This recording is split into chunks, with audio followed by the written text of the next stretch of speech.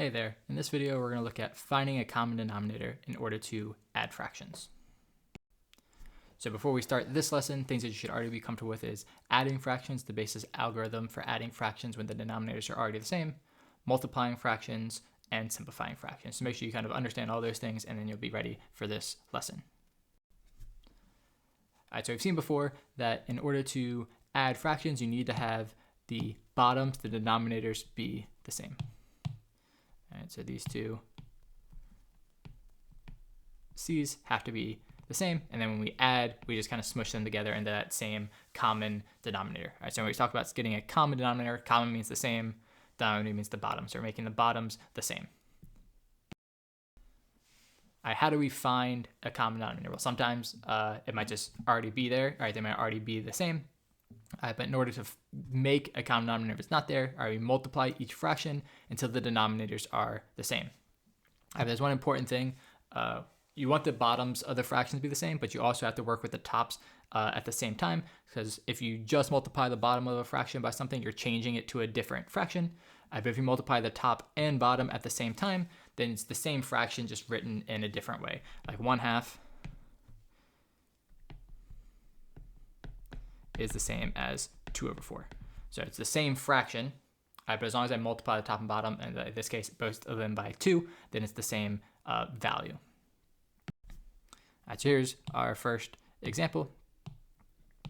All right, 2/3 plus 1/4. All right, well, we look at the bottoms, we instantly see 3 and 4 are not the same number. So we need to make the bottoms the same. The most straightforward way is we're just going to use this denominator over here. We're going to use this denominator over there, because if we just use the opposite denominators, it'll guarantee that they end up being the same. So what am I going to do? On the right hand side, there's a 4 but not a 3, so I want a 3 on the bottom, so I'm going to multiply by over 3. But again, important, make sure you're multiplying the top and bottom of that fraction by the same number.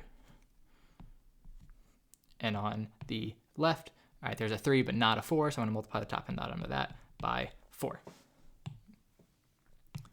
All right, we know how to multiply fractions, so now these two fractions on the left, we just multiply.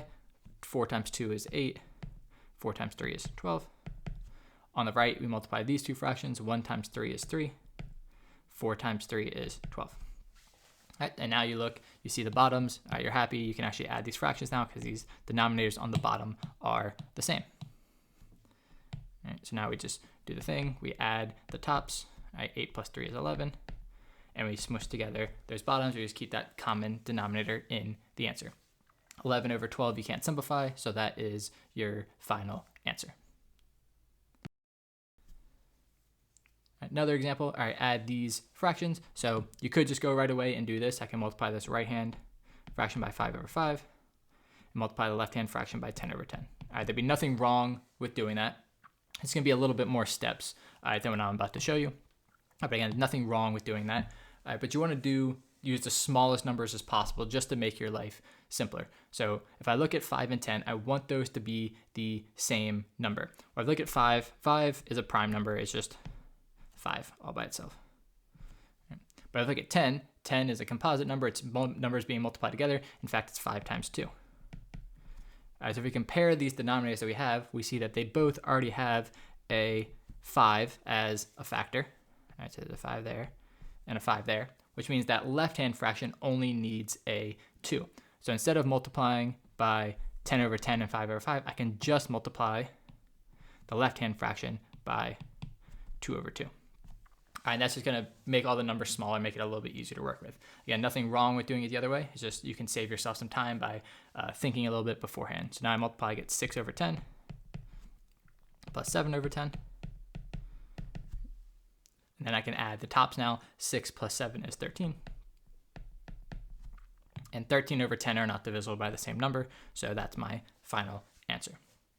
So this example is here to show you that you can always just use the denominators in the other fraction.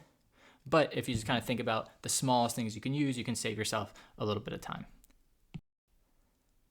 All right, here we're subtracting. Nothing's changing. All right, but again, just to show you, I could always start off by just saying, well, there's 15 over here, so I can multiply this one by 15.